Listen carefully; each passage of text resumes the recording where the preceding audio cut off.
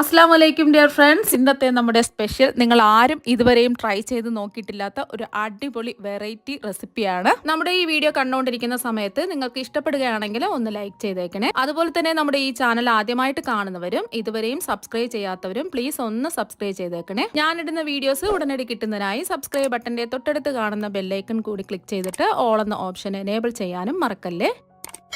അപ്പോൾ ആദ്യം തന്നെ ഇതിനായിട്ട് ഒരു ബൗളിലേക്ക് 250 ml കപ്പിന് 1 കപ്പ് ഗോതമ്പ് പൊടി ഇട്ട് കൊടുക്കാം. ഇനി ഇതിലേക്ക് ആവശ്യത്തിനുള്ള ഉപ്പ് ചേർത്ത് കൊടുക്കാം. ഞാനിപ്പോൾ ഒരു 1/2 ടീസ്പൂൺ ഉപ്പാണ് ചേർത്ത് കൊടുത്തിട്ടുള്ളത്. എന്നിട്ട് ഒന്ന് മിക്സ് ചെയ്യാം. ഉപ്പ് മാവിൻ്റെ എല്ലാ ഭാഗത്തും ഒന്ന് എത്തണം. ഇപ്പോൾ അതൊന്ന് മിക്സ് ചെയ്തെടുത്തിട്ടുണ്ട്. ഇനി ആവശ്യത്തിന് വെള്ളം ഒഴിച്ച് മാവൊന്ന് കുഴച്ചിട്ടെടുക്കാം.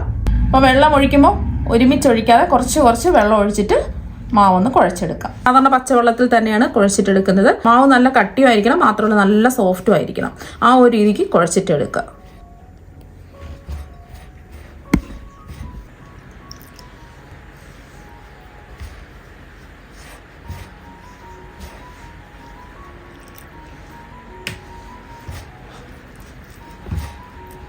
അപ്പോൾ നമ്മൾ ഉപ്പ് ചേർത്ത് കൊടുക്കുന്നത് അവരവരുടെ അളവിനനുസരിച്ച് ഉപ്പ് കൂട്ടിയും കുറച്ചുമൊക്കെ ചേർത്ത് കൊടുക്കാവുന്നതാണ്. അപ്പോൾ എനിക്കിപ്പോൾ ഒരു 1/4 കപ്പ് വെള്ളത്തിൻ്റെ ആവശ്യമേ വന്നിട്ടുള്ളൂ മാവ് കുഴച്ചെടുക്കാനായിട്ട്. ഇനി നന്നായിട്ട് ഒന്ന് കുഴച്ച് സോഫ്റ്റാക്കി എടുക്കാം. അപ്പോൾ ആ മാവൊന്ന് കുഴച്ചെടുത്തിട്ടുണ്ട്. നല്ല കട്ടിയായിരിക്കണം, നല്ല സോഫ്റ്റും ആയിരിക്കണം നമ്മൾ കുഴച്ചെടുക്കുന്ന മാവ്.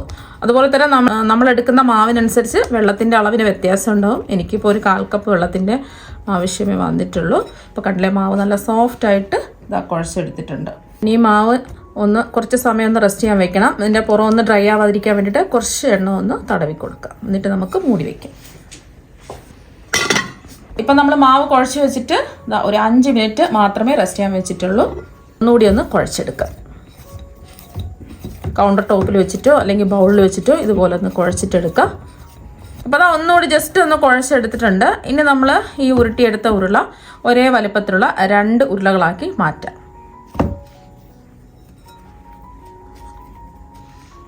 ഒന്നുകൂടി ഒന്ന് ഉരുട്ടിയെടുക്കാം. 2 ഉരുള ആക്കി ഇതാ ഉരുട്ടിയെടുത്തിട്ടുണ്ട്. 1 ഉരുളതായി എടുത്തു. ബാക്കി നമുക്ക് മൂടി വയ്ക്കാം. ഇനി നമ്മൾ ഉരുട്ടിയെടുത്ത 1 ഉരുള മാവ് ഗോതമ്പ് പൊടിയിലിട്ട് ഒന്ന് കോട്ട് ചെയ്തെടുക്കാം.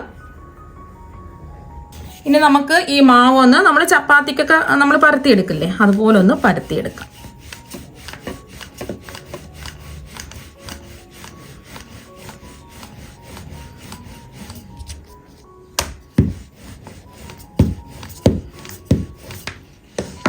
ഇപ്പോൾ ഇതൊന്ന് പരത്തി എടുത്തിട്ടുണ്ട്. ഈ ഒരു കനത്തിൽ വേണം പരത്തി എടുക്കാൻ. ഇനി ഇതുപോലെ ബോട്ടിലിൻ്റെ ഒരു അടപ്പ് എടുക്കുക. ഇതുപോലെ ഒന്ന് പ്രസ് ചെയ്തൊന്ന് ഷേപ്പ് ചെയ്തെടുക്കുക.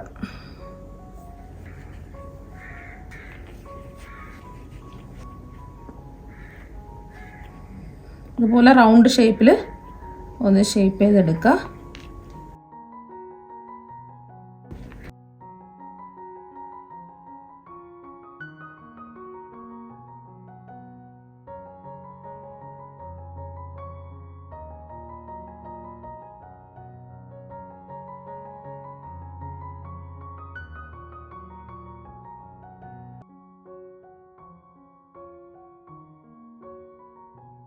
എല്ലാം ഇതുപോലെ അടപ്പ് വെച്ചിട്ട് റൗണ്ട് ഷേപ്പിലാക്കി എടുത്തിട്ടുണ്ട്.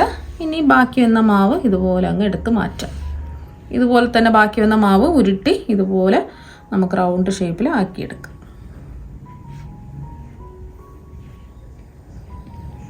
മാവെല്ലാം ഇതുപോലെ റൗണ്ട് ഷേപ്പിലാക്കി എടുത്തിട്ടുണ്ട്. ഇനി ഇതിൽ നിന്നും ഒരെണ്ണം എടുക്കാം.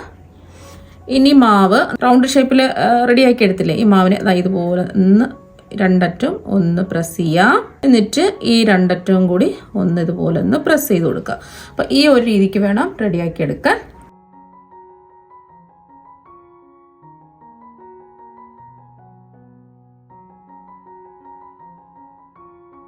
ഇപ്പോൾ അതെല്ലാം ഈ ഒരു ഷേപ്പിൽ റെഡിയാക്കി എടുത്തിട്ടുണ്ട്. ഇപ്പോൾ കണ്ടില്ലേ, കാണാൻ തന്നെ നല്ല ഭംഗിയായിട്ടിരിപ്പുണ്ട്.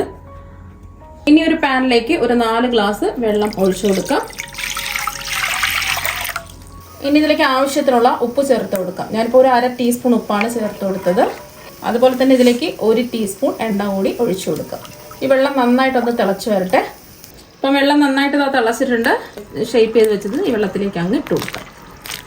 ഒന്ന് ഇളക്കി കൊടുത്തതിന് ശേഷം ഇത് മൂടി വെച്ച് മീഡിയം ഫ്ലെയിമിലിട്ടിട്ട് ഒന്ന് വേവിച്ചെടുക്കാം. അപ്പോൾ നമ്മളിത് മൂടി വെച്ച് വേവിക്കാൻ തുടങ്ങിയിട്ട് ഒരു 6 മിനിറ്റ് ഒക്കെ ആയിട്ടുണ്ട്. ഇനി നമുക്കൊന്ന് തുറന്ന് നോക്കാം. ഇതെല്ലാം ഒന്ന് വെന്ത് വന്നിട്ടുണ്ട്. ഇനി നമുക്ക് ഈ വെള്ളത്തിൽ നിന്ന് ഇത് കോരി മാറ്റാം.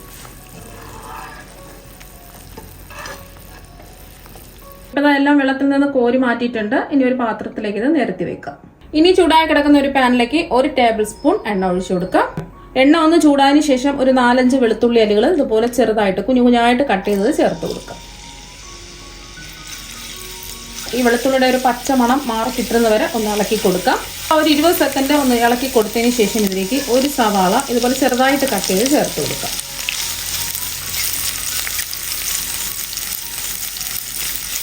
നീളത്തിൽ കട്ട് ചെയ്തെടുക്കുകയോ അല്ലെങ്കിൽ ഇതുപോലെ ചെറുതായിട്ട് കട്ട് ചെയ്തെടുക്കുകയോ ചെയ്യാം.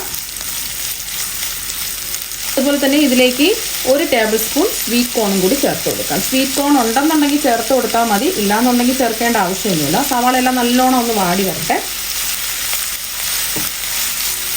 അപ്പോൾ നമ്മൾ ചേർത്ത് കൊടുത്ത സ്വീറ്റ് കോണിന് വലിയ വിലയൊന്നുമില്ല, ഒരെണ്ണത്തിന് 30 രൂപയൊക്കെ ഉള്ളൂ. ഇപ്പോൾ അതാ സവാളയൊക്കെ നല്ലോണം വാടി വന്നിട്ടുണ്ട്. ഇനി ഇതിലേക്ക് നമ്മൾ ചേർത്ത് കൊടുക്കുന്നത് 2 മീഡിയം സൈസ് തക്കാളി ഇതുപോലെ ചെറുതായിട്ട് കട്ട് ചെയ്ത് ചേർത്ത് കൊടുക്കുക. അതുപോലെ തന്നെ ഇതിലേക്ക് ഒരു ക്യാപ്സിക്കത്തിൻ്റെ പകുതി ക്യാപ്സിക്കം ഇതുപോലെ ചെറുതായിട്ട് കട്ട് ചെയ്തും കൂടി ചേർത്ത് കൊടുക്കുക. ഈ തക്കാളി എല്ലാം ജസ്റ്റ് ചെറുതായിട്ടൊന്ന് വാടി വരട്ടെ.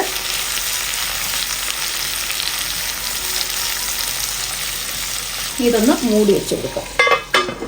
ഇനി ഇതൊന്ന് തുറന്ന് നോക്കാം. ഇപ്പോൾ തക്കാളി എല്ലാം ഒന്ന് വാടി വന്നിട്ടുണ്ട്. വേണമെന്നുണ്ടെങ്കിൽ ഇതുപോലെ ഒന്ന് പ്രസ് ചെയ്ത് ഉടച്ചിട്ട് കൊടുക്കാം. ഇനി ഈ വെജിറ്റബിൾസിന് ആവശ്യമായിട്ടുള്ള ഉപ്പ് ചേർത്ത് കൊടുക്കാം. ഒരു 1/2 ടീസ്പൂൺ ഉപ്പ് ചേർത്ത് കൊടുത്താൽ മതി. നോക്കിയിട്ട് ഉപ്പ് കുറവുണ്ടെന്നുണ്ടെങ്കിൽ ചേർത്ത് കൊടുത്താൽ മതി. ഒന്ന് ഇളക്കി കൊടുത്തതിന് ശേഷം ഇതിലേക്ക് 1 ടീസ്പൂൺ മുളക് പൊടി ചേർത്ത് കൊടുക്കാം. ഞാനിപ്പോൾ കാശ്മീരി മുളക് പൊടിയാണ് എടുത്തിട്ടുള്ളത്. സാധാരണ എരിവുള്ള മുളക് പൊടിയാണെന്നുണ്ടെങ്കിൽ ഒരു 1/2 ടീസ്പൂണൊക്കെ ചേർത്ത് കൊടുത്താൽ മതിയാകും. അവരവരുടെ എരിവിനനുസരിച്ചിട്ട് മുളക് പൊടി ചേർത്ത് കൊടുക്കുക. ഇതിലേക്ക് ഒരു 1/2 ടീസ്പൂൺ മല്ലിപ്പൊടി ചേർക്കാം. 1/2 ടീസ്പൂൺ കുരുമുളക് പൊടിയും കൂടി ചേർത്ത് കൊടുക്കുക. കുരുമുളക് പൊടി ഇല്ലാന്നുണ്ടെങ്കിൽ മുളക് പൊടിയുടെ അളവ് കൂട്ടിയെടുത്താലും മതി. ഇനി ഇതിലേക്ക് ഒരു 1/2 ടീസ്പൂൺ ചാട്ട് മസാലയും കൂടി ചേർത്ത് കൊടുക്കാം. ചാട്ട് മസാല ഇല്ലാന്നുണ്ടെങ്കിൽ ഒരു 1/2 ടീസ്പൂൺ ഗരം മസാലപ്പൊടി ചേർത്ത് കൊടുത്താൽ മതി. പൊടിയുടെ ഒരു പച്ചമണം മാറുന്നവരെ ഒന്ന് ഇളക്കി കൊടുക്കുക. ഇപ്പോൾ പൊടിയുടെ പച്ചമണമൊക്കെ ഒന്ന് മാറിയിട്ടുണ്ട്. ജസ്റ്റ് ഒന്ന് ഇളക്കി കൊടുത്താൽ മതി. ഇനി ഉണ്ടെന്നുണ്ടെങ്കിൽ 1 ടേബിൾ സ്പൂൺ ടൊമാറ്റോ സോസും കൂടി ചേർത്ത് കൊടുക്കുക. മിക്സ് ചെയ്യാം.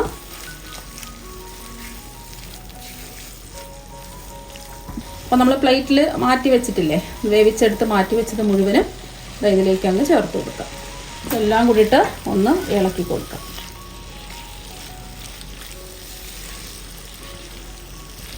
ഇനി ഇതിലേക്ക് വേണമെന്നുണ്ടെങ്കിൽ ഒരു 1/4 കപ്പ് നല്ല തിളച്ച വെള്ളം ചേർത്ത് കൊടുക്കാം. അപ്പോൾ ഓൾറെഡി ഇത് നമ്മൾ വേവിച്ചിട്ടാണ് എടുത്തിട്ടുള്ളത്. ഈ വെള്ളവും കൂടി ചേർത്ത് ഇതൊന്ന് വറ്റി വരട്ടെ. ഇപ്പോൾ നമ്മൾ ഒഴിച്ചു കൊടുത്ത വെള്ളമൊക്കെ ഒന്ന് വറ്റി വന്നിട്ടുണ്ട്. ഇനി ഇതിലേക്ക് ഒരു ചെറിയ നാരങ്ങയുടെ പകുതി നാരങ്ങ കുരുവെല്ലാം മാറ്റിയതിന് ശേഷം ഇതുപോലൊന്ന് പിഴിഞ്ഞ് ഒഴിച്ചു കൊടുക്കാം.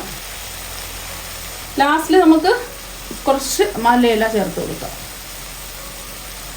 എല്ലാം കൂടിയിട്ട് ഒന്ന് ഇളക്കി കൊടുത്തതിന് ശേഷം നമുക്ക് ഫ്ലെയിം ഓഫ് ആക്കാം. നല്ല ഹെൽത്തി ആയിട്ടുള്ള ഒരു ബ്രേക്ക്ഫാസ്റ്റാണ് ഇവിടെ റെഡി ആയിട്ടുണ്ട്.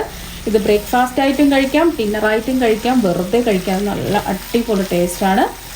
ഈ ഒരു സമയം ഉപ്പൊക്കെ ഉണ്ടോ എന്നൊന്ന് ചെക്ക് ചെയ്ത് നോക്കുക. ആവശ്യമെങ്കിൽ ഉപ്പ് ചേർത്ത് കൊടുക്കുക. ഇനി ഇത് ഒരു പാത്രത്തിലേക്ക് സെർവ് ചെയ്യാം. അപ്പോൾ നിങ്ങളെല്ലാവരും ഗോതമ്പ് പൊടി വെച്ചിട്ട് ഇതുപോലെ ഹെൽത്തി ആയിട്ട് ഒരു പ്രാവശ്യം ഒന്ന് ട്രൈ ചെയ്ത് നോക്കുക. നല്ല അടിപൊളി ടേസ്റ്റാണ്.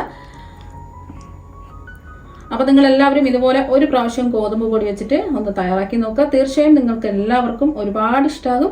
അപ്പോൾ നമുക്ക് മറ്റു വെറൈറ്റി വീഡിയോ ആയിട്ട് വീണ്ടും കാണാം. താങ്ക്